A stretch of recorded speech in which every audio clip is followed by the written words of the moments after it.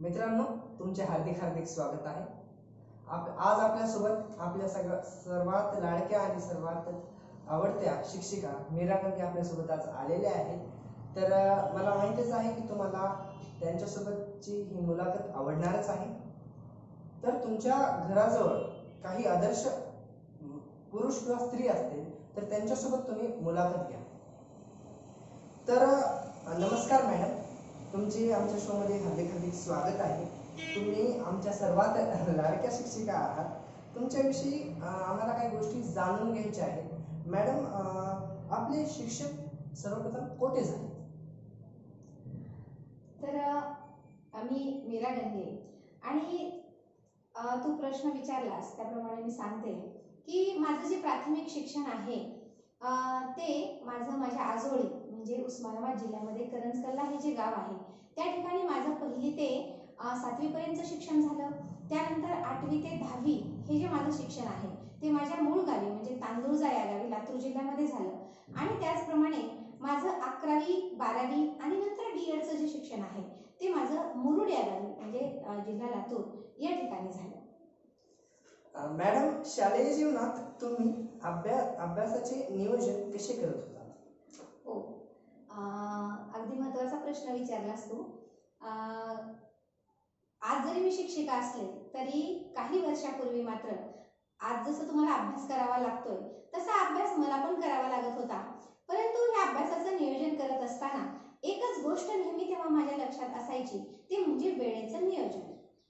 आपली शाळा आणि आपला वैयक्तिक अभ्यास आणि आपल्याला दिवसभरात मिळणारा वेळ या सर्वांचं एक स्वतंत्र असं वेळापत्रक आपलं स्वतः बनवलेलं आपल्याकडे पाहिजे। वेळेचं जर नियोजन तुमच्याकडे व्यवस्थित असेल तर तुम्हाला अभ्यास करणं सोपं जातं। आज किती घटकांचा आपल्याला अभ्यास करायचा आहे, आज कुठल्या घटकांवर आपल्याला रिव्हिजन करायचं आहे याचं एक स्वतंत्र वेळापत्रक बाळांनो तुमच्याकडे असणं महत्त्वाचं आहे। कारण आपला 24 तासाचा हा दिवस जो आहे तो असाच निघून जातो आणि आपला त्या दिवसामध्ये काही अभ्यास होत नाही। परंतु सकाळी उठल्यापासून ते रात्री झोपेपर्यंत आपल्याला काय करायचंय याचं अगदी छोटं नियोजन तुमच्याकडं असणं आवश्यक आहे। आणि म्हणून वेळेचं नियोजन करा। ज्या गोष्टी तुम्हाला शिकवल्या जातात वर्गामध्ये त्या गोष्टींचं लगेचच तुम्ही रिव्हिजन करा, त्याला लगेचच तुम्ही त्याच्याबद्दलचा सराव करा। गणित असतील किंवा इंग्रजी शब्द असतील किंवा जो धडा तुम्हाला शिकवलेला आहे, जो पाठ तुम्हाला शिकवलेला आहे तो पाठ सुद्धा तुम्ही लगेच वाचणं खूप महत्त्वाचं आहे।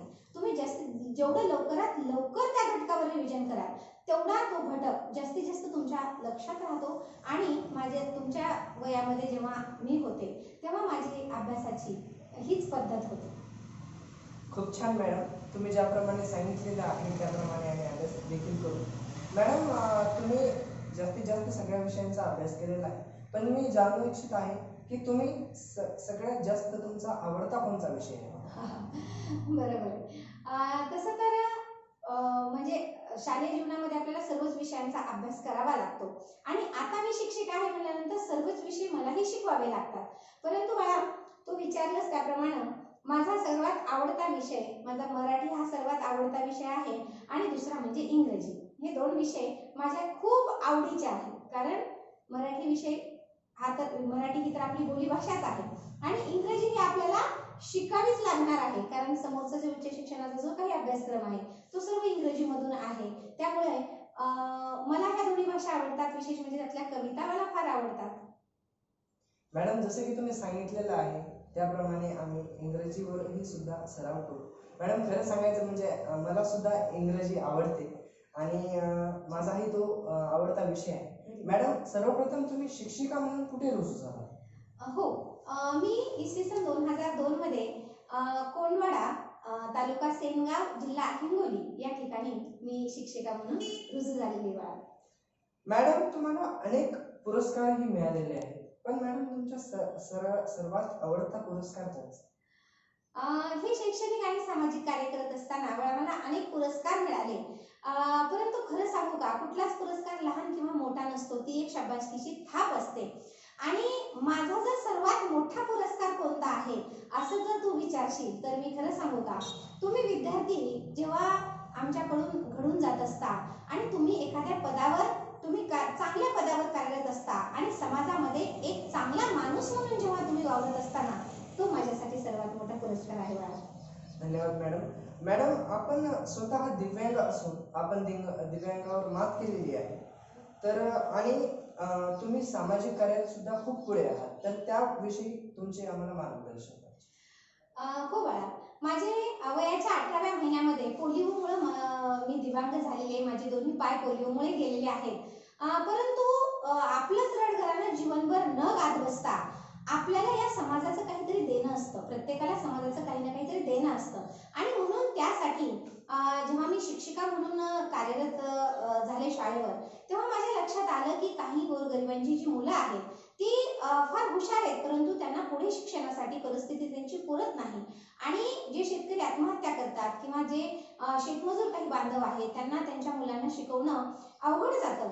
अशा मुलांना दत्तक घेऊन त्यांचा पूर्ण शिक्षणाचा खर्च उचलून, त्यांच्या पालनपोषणाचा खर्च उचलून आता एक 40 मुलांचं सेवासदन नावाचं एक वसतिगृह आपण हिंगोलीमध्ये ते चालवतो. आणि त्याचबरोबर मी दिव्यांग आहे, तर समाजामध्ये जे शेतकरी बांधव आत्महत्या करतात, जे तरुण बंधू भगिनी आत्महत्या करतात, तर त्यांना कुठेतरी त्यांचं मनोबल वाढवण्याचा सुद्धा माझा प्रयत्न आहे. आणि असं जे काही कार्य होईल ते हळूहळू पुढे नेते आहे. मॅडम, तुमचं व्यक्तिमत्व आमच्यासाठी खूप आदर्श आहे. तुम्ही आम्हाला ह्या परिस्थितीत काय संदेश देता? बाळांनो, मी तुम्हाला आत्ता तरी या कोविडच्या या काळामध्ये तुम्हाला सर्वांना हे सांगेल की शाळा सुरू असल्या तरी आपल्याला शाळा बंद जरी असल्या या कोविडच्या काळामध्ये तरी आपल्याला शिक्षण हे थांबवायचं नाही. आपल्याला ऑनलाईन पद्धत आहे किंवा प्रत्यक्ष तुम्ही एखाद्या वेळेस सुरक्षित अंतर ठेवून आम्हाला भेटू शकता एक शाळेमध्ये येऊन. तर अशा परिस्थितीमध्ये तुम्ही निराश न होता अभ्यास तुमचा थांबवू नका बाळांनो, कारण काळ हा पुढे जाणार आहे. हा मागचा काळ तुम्हाला भरून काढणं अशक्य होणार आहे. त्यामुळे तुम्ही शिक्षण तुमचं थांबवू नका आणि रोजचा जो काही अभ्यास तुम्हाला तुमच्या शाळेतून दिला जातो तो तुम्ही रेग्युलर करा. तुमच्याकडे जी पुस्तकं आहेत त्याचा अभ्यास तुम्ही रेग्युलर करा. त्याचबरोबर आता 45 दिवसांचा हा सेतू अभ्यासक्रम म्हणजे ब्रिज कोर्स आहे, तो अगदी एका स्वतंत्र वहीमध्ये तुम्ही करा आणि मनाने खचू नका.